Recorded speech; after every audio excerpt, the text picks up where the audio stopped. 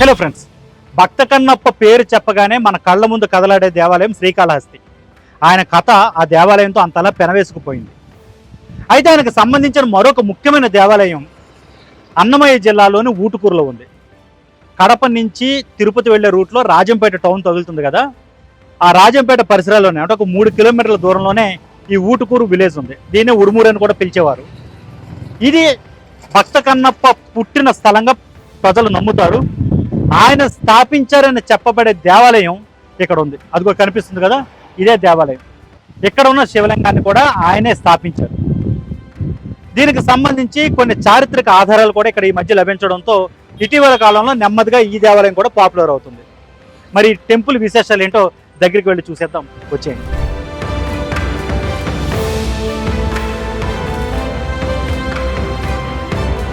ఇదిగో ఇప్పుడు ఇంకా రోడ్ ఎత్తు అది పెంచడం వల్ల ఇవన్నీ పైకి వచ్చాయి. నిజానికి ఒరిజినల్ టెంపుల్ ఇది. ఆ పాతకాలపు స్ట్రక్చర్ మీరు చూడొచ్చు. ఇక్కడి నుంచి మనం లోపలికి వెళితే ఆలయం మనకి దర్శనం ఇస్తుంది. ఇది పాతది. ఈ ఎదురు కాస్త ఈ మధ్యకాలంలో ఆధునీకరించినటువంటి ప్రాంగణం ఇదంతా అనమాట. కానీ ఒరిజినల్ టెంపుల్ వచ్చి మీకు ఇక్కడ ఉంది. ఇప్పుడు ఇక్కడ కనిపిస్తున్న ఇదంతా కూడా ఈ మధ్యకాలంలో డెవలప్ చేసింది. బట్ ఒరిజినల్ టెంపుల్ వచ్చి పాతకాలంది మీకు ఇక్కడ కనిపిస్తుంది. ఇది ఒరిజినల్ టెంపుల్. ఇక్కడ శివలింగం ఉంటుంది. ఇది గర్భగుడి అనమాట. కామాక్షి అమ్మవారు ఇందులో కొలువై ఉన్నారు. ఇది మెయిన్ గర్భగుడి. ఈ పాతకాలపు స్ట్రక్చర్ మీరు చూడొచ్చు. నిజంగా ఇంకా చాలా చాలా డెవలప్ చేయొచ్చు దీన్ని. మొత్తం రాయి, ఇది మొత్తం రాతితో కట్టిన పురాతన కాలపు దేవాలయం. చాలా డెవలప్ చేయొచ్చు దీన్ని. ఈ మధ్యకాలంలో బాగా పాపులర్ అవుతుందన్నమాట. సినిమాలు తీయడం కావచ్చు, ఆ తర్వాత రకరకాల అంశాలకు సంబంధించిన కొన్ని ఆధారాలు బయటపడడం, వీటన్నిటి వల్ల ఇటీవల కాలంలో ఇది బాగా పాపులర్ అవుతుంది.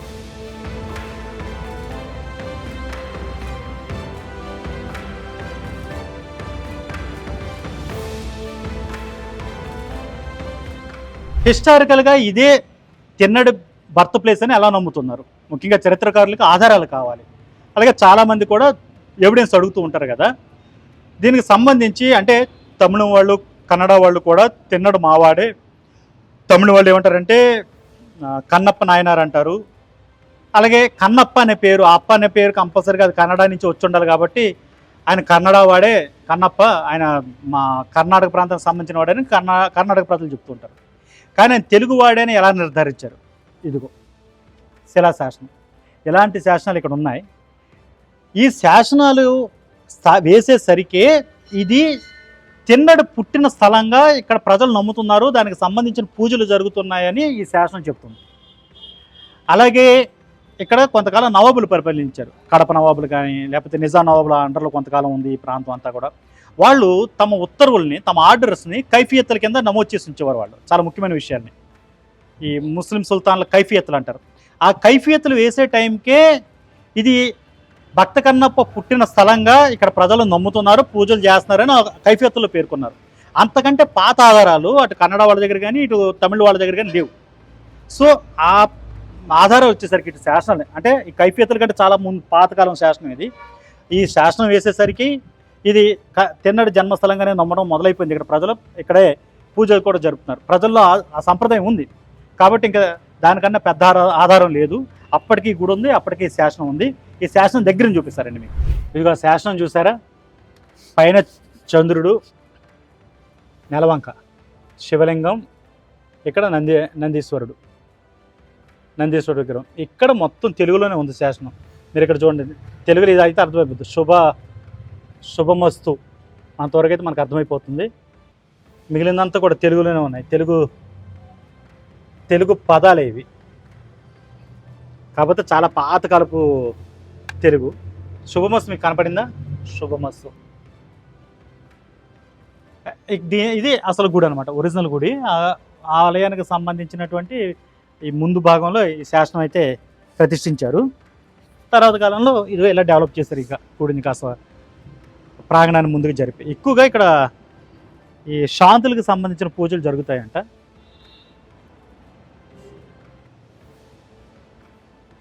ఇది ఎక్కడి నుంచి చూడండి ఎంత బాగుందో గుడి. ఆ పాతకాలపు ఆ అట్మాస్ఫియర్ మీకు కనిపిస్తుంది ఇక్కడ. ఇదంతా మోడర్న్ టెంపుల్ అయితే, ఆలయం అయితే, ఇటువైపు అంతా కూడా ఆ పాతకాలపు ఆ స్ట్రక్చర్ మీకు కనిపిస్తుంది. శాసనాలు ఉన్నాయి ఏంటి స్వామి? అవి పురాతన శాసనాలు, పురావస్తు శాఖకు సంబంధించినటువంటి శాసనాలు. అప్పట్లో రాసినటువంటి ఇది అప్పట్లో రాసినటువంటి శాసనాలు అన్నమాట. ఇదో ఈ విధంగా కార్యక్రమాలు జరగాలి, ఈ విధంగా అర్చనలు జరగాలి, ఈ విధంగా ఉంటుంది, ఈ విధంగా ఆలయం యొక్క చేసేటటువంటి అర్చన విధానాలు మొత్తం అంతా కూడా అందరూ తెలుసుకొని ఉంటారు కదా. అందువల్ల శాసనం ద్వారా వాటిని లిపించడం అనేది జరిగింది. వస్తుంటారండి హిస్టోరియన్స్? చాలామంది వస్తూ ఉంటారు. చాలామంది పురావస్తు శాఖ వాళ్ళు కూడా వచ్చి చూసుకొని వెళ్ళడం కూడా జరిగింది. ఎంతో మంది దూరం నుంచి వచ్చేసి ఇక్కడ కరీంనగర్, వరంగల్, హైదరాబాద్, తర్వాత విజయవాడ అయితే ఏమి ఇక్కడ ఎన్నో ప్రదేశాల నుంచి కూడా వచ్చేసేసి ఇక్కడ స్వామివారికి ప్రదక్షిణాలు, అంగ ప్రదక్షిణం చేసుకుంటూ ఇక్కడ శాంతి కార్యక్రమాలు, వాళ్ళ యొక్క దోష నివృత్తిని చేసుకొని వెళ్తూ ఉంటారు. అది పాతకాలంలో వచ్చేసి ఈశ్వరుడు భిన్నం అయినుంది ఒకప్పుడు. ఆ భిన్నమైనటువంటి శివుడిని అందులో అక్కడ ఉంచారన్నమాట ఈ ప్రాంగణంలో. ఇది విశేషం. అప్పటి నందీశ్వరుడు చూడండి ఎలా ఉన్నారో. ఇంకా ఆలయంలో వచ్చేటువంటి గర్భాలయం నుంచి వచ్చేటటువంటి ఈ అభిషేక జలం కూడా ఇక్కడికే వస్తుంది. తీసుకువెళ్లే వాళ్ళు ఈ అభిషేక జలం కూడా తీసుకునేసి ఇంటికి తీసుకుని లోన శివలింగం పూజ జరిగింది, అభిషేక జలం ఇక్కడికి వచ్చేస్తుంది. ఇప్పుడు తిన్నడు స్థాపించింది ఏది శివలింగం? ఇదా అదా? లోపల ఈ లోపల ఇంకొక శివలింగం ఉందా?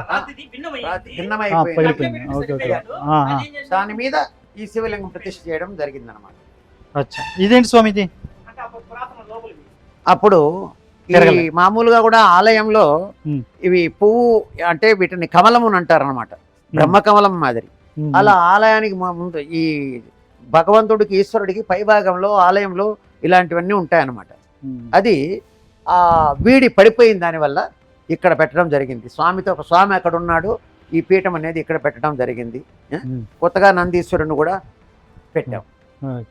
సో తిన్నడు వేసిన శివలింగం ఇందులో ఉంది. శివలింగం లోపల శివలింగం లోపల శివలింగం.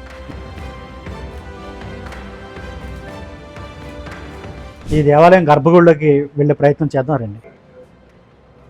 ఇదిగో ఆలయం లోపలికి వెళుతుంటే లోపలికి ఎంటర్ కాగానే మీకు పాతకాలపు వైబ్స్ కనబడతాయి. ఇక నాగబంధం మీరు చూడండి, చాలా పురాతన కాలమైంది. అప్పట్లో ఇలాగా ఆలయం పైకప్పు మీద వేసేవారు అంట. మీకు బాగా ఐడియా చెప్తానేనండి. గోవిందరాజ స్వామి టెంపుల్ తిరుపతిలో మీరు వెళితే ఆ పైన విజయనగరం చక్రవర్తుల వాళ్ళ చిహ్నాలు ఉంటాయి, వరాహము అవన్నీ కూడా, ఖడ్గము, వరాహం. అలాగే చూడండి ఇక్కడ నాగబంధం సంబంధించి క్లియర్ కనబడుతుందా? తర్వాత ఇది పాతకాలపు మీకు అద్భుతమైనటువంటి దేవాలయం చూడండి ఎంత బాగుందో. నందీశ్వరులు చాలా పురాతనమైంది. ఇది ఎంత జీవకళతో తీశారో చూడండి. అప్పుడు చక్కెర దీని అనేది చూడండి. ఇక్కడ నుంచి చూస్తే మీకు స్వామివారు కనిపిస్తారు, శివలింగం. ఇది పడమర ముఖంలో ఉన్నటువంటి ఆలయం అని చెప్తున్నారు. ప్రస్తుతం ప్రధాన అర్చకులు ఉన్నారు స్వామి. సరే, ఇప్పుడు మామూలు శివలింగంలా లేదు కదా, ఇది కొంచెం డిఫరెంట్గా ఉంది కదా. అంటే ఈయన వచ్చేసి ఇక్కడ పరమముఖ శివాలు చాలా రేరు. ఇక్కడ వచ్చేసి దక్షిణ కాశీ అయిన అత్తిరాల పరశురామ క్షేత్రం ఒకటి ఉంది, అత్తిరాల ఇక్కడ నుంచి దగ్గరలో. ఇవన్నీ పడవముఖ శివాలయాలు. ఇవి రేర్ కదండి, రేర్. పరమముఖంలో చాలా రేరు. అప్పుడు మీరు అన్నారు కదా పాతలింగం ఎట్టపోయింది భక్తకర్ణ పానిది, పానిమఠం మటుకు పాతదే. ఇది వచ్చేసి 3 స్టెప్పులు విడిపోతారు. విడిపోయేసి మళ్ళీ నూతన లింగాన్ని పెట్టినాక 4 అడుగులు ఉంది స్వామి లింగం. ఓకే ఓకే, కింద ఉందండి ఇంకా లింగం? కింద లింగం ఉంది. అంటే ఇది పాతకాలం పానిమఠం 3 భాగాలు ఇడిపోయేసి ఆయన భిన్నమే అని చెప్పేసి ఆయన తీసేసినారు. తీసేసి మళ్ళీ నూతన శివలింగం ప్రవేశించినారు. చాలా బాగుంది. అంటే హుందాగా ఉంది, మామూలు చాలా చాలా పాతది కదా. ఆ పైన పానపట్ట మీద ఉంది చక్రం, అది చక్రం. అప్పుడు ఆ పాతకాలం ఇక్కడ మనం ఇప్పుడు 2 నెలలకు ఉండదు అన్నమాట. పాతకాలం చాలా అద్భుతంగా ఉందండి. ఇదంతా పురాతనమైన చూసారు కదా, అంత పాతకాలం ఉంది ఇది అసలు. అంటే మీకు పాత రాచరికపు ఆ వైబ్ మీకు కనిపిస్తుంది అనమాట ఇక్కడికి రాగానే. ఏమాత్రం అవకాశం లేదు సార్, రెండు అబ్బాయి నిజంగా రాజంపేటలో ఉంది ఇది. ఊటుకూరు మీకు అప్పుడే ఊరు అర్థమైంది, బండలు ఈ రాళ్ళు పాతకాలం సోమవారం చెప్తున్నారు చూడండి, నిజంగా ఎప్పుడు పాతకాల ప్రాళ్ళు ఇవన్నీ. అంటే ఈ కాలంలో లేటుగా పెద్ద వీటిని మోయడం కూడా కష్టం ఇప్పట్లో. ఎంత అద్భుతంగా ఉందో తెలుసా, నాకైతే బాగా నచ్చింది. చక్రం డిజైన్ చూడండి, పైన శ్రీచక్రం, శ్రీచక్రంతో ఇటువైపు అమ్మవారు దక్షిణ ముఖంతో అమ్మవారు కామాక్షి దేవి. కామాక్షి అమ్మవారు, దక్షిణ ముఖంతో ఉన్న కామాక్షి అమ్మవారు, అక్కడ కూడా శ్రీచక్రం ఉంది పైన. మళ్ళీ ఇటువైపు వస్తే మీకు పడమటి ముఖంలో ఉన్నటువంటి స్వామివారు. చాలా బాగుంది అబ్బా, నిజంగా బాగుంది. ఇది మన రీసెంట్గా శివరాత్రికి అలంకారం. శివరాత్రికి ఎలా ఉంటుందట అలంకారం? అలంకారం స్వామికి అమ్మవారికి.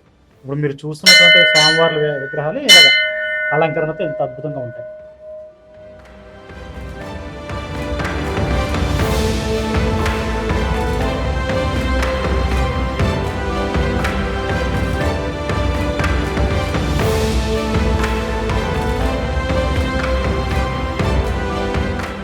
వచ్చేసి ఇప్పుడు తమిళనాడులో అతను శాసనాలు కనుక్కున్నాడు. వాళ్ళు వచ్చేసి ఇక్కడే పుట్టినాడు భక్త కన్నప్ప అని చెప్పేసి వాళ్ళు కనుక్కొని వాళ్ళ కాడ ఆధారాలు పెట్టుకొని ఇక్కడే స్వామిని ప్రతిష్ఠించుకొని ప్రతిష్ఠించిపోయినారు. తమిళనాడు స్వాములు అండి, అంటే తమిళనాడు శాసనాల్లో కూడా ఉంది. వాళ్ళ కాడే కనుక్కోయింది. ఈయన వాళ్ళు భక్తి కన్నప్పని పూజించే విధానం. వాళ్ళు ప్రతిష్ఠించారు. సంవత్సరానికి ఒకసారి వచ్చి వాళ్ళు ఆరాధన చేసిపోతారు. ఆరాధనలు ఓకే వాళ్ళ లిపిలో రాసుకున్నారు. ఓకే, ఇది ఎప్పుడండి జరిగింది? 2008. 2000. సో తమిళనాడు వాళ్ళు కూడా ఒప్పుకున్నట్టే, ఇక్కడ పుట్టారు భక్త కన్నప్ప అని. వాళ్ళు ఇక్కడ తెచ్చింది ముందు, వాళ్ళే తెచ్చారు. వాళ్ళు ఆధారాలు తెచ్చినారు ఇక్కడ నుంచి. పెరియ పురాణం అని ఉంది. ఆ పెరియ పురాణంలో ఉడుమూరు, ఇది ఊటుకూరు కాదు, ఉడుమూరుగా ఉండేదని ఊటుకూరు కాలక్రమం ఊటుకూరుగా మారిపోయింది. అసలు పేరు ఉడుమూరు. ఈ మధ్యకాలం ఏం పెరిగిందండి జనంలో, తెలిసింది? చాలా చాలా తెలిసింది. మొన్న కూడా రీసెంట్ గా మన భక్త కన్నా మంచు మోహన్ బాబు విష్ణు సినిమా తీసినారు కదా, అతను కూడా ఎక్కడెక్కడ అని చెప్పి ఇక్కడ జన్మించాడని చెప్పేసి ఇక్కడికి వచ్చి ఆయన దర్శనం చేసుకొని ఇక్కడ పూజలు కూడా చేసి వెళ్ళాడు. సినిమా సక్సెస్ కావాలని చెప్పేసి రీసెంట్గా వచ్చిపోయినాడు మంచు విష్ణు కూడా. అలా అనిపిస్తుంటుంది, అలా సినిమాలు రావడం అది మంచిదే అనిపిస్తుంటుంది, అంటే మంచి ఫీలింగ్. ఎందుకంటే ఈ గుడి యొక్క డెవలప్, గుడి యొక్క చరిత్ర కూడా 10 మందికి తెలుస్తున్న ఉద్దేశంతో మాకు కూడా సంతోషం ఆయన వచ్చిపోయినాడు. రైట్ సార్, ఏమైనా డెవలప్మెంట్ కోసం ఏమైనా ఇంకా జరుగుతారు? ఇక్కడ డెవలప్మెంట్ కోసం కాళేశ్వరం వాళ్ళకి ఎన్నోసారి కూడా పెట్టుకున్నాం, కాళేశ్వరం చేర్చుకుంటారా అని చెప్పేసి. కాళహస్తి టెంపుల్ వాళ్ళు ఏమైనా తీసుకుంటారు, కాళహస్తి వాళ్ళది ఇప్పుడు వాళ్ళ అండర్లో లేదు, ప్రైవేట్ గానే ఉంది. తర్వాత మేము గవర్నమెంట్ కూడా ఎన్నోసార్లు చెప్పిన అభివృద్ధి కార్యక్రమాలు, మా జీతాలు కానీ ఇక్కడ పనిచేసే వాళ్ళు కానీ ఏమీ లేవు. ఈ గ్రామం అభివృద్ధి, గ్రామం వాళ్ళే గుడి మీద ఆధారపడుతున్నారు. ఎన్ని వందల ఎంత 1300 సంవత్సరాలు దీని చరిత్ర.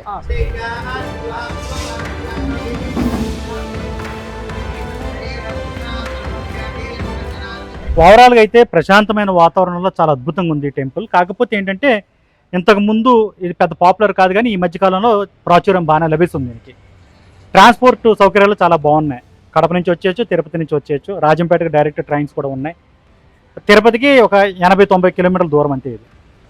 అయితే వీళ్ళు అడుగుతుంది ఏంటంటే ఈ టెంపుల్ని, ఇంత చారిత్రక ప్రాసెస్ ఉన్న టెంపుల్ని ఖచ్చితంగా 700-800 సంవత్సరాల వయసు ఉంది దీనికి. ఇంకా లెక్కల్లో వెనక్కి వెళితే 1300 సంవత్సరాల వయసు కూడా ఉన్నట్టుగా ఆధారాలు ఉన్నాయి. అంత పెద్ద చరిత్ర ఉన్న ఈ టెంపుల్ని శ్రీకాళహస్తీశ్వర స్వామి టెంపుల్ ఉంది కదా, దాంతో లింకప్ చేసుకుంటే, వాళ్ళ అధీనంలోకి తీసుకుంటే ఇక్కడ పూజారుల లైఫ్ మరింత బాగుపడుతుంది, మరింత ప్రాచుర్యం గుడికి లభిస్తుంది.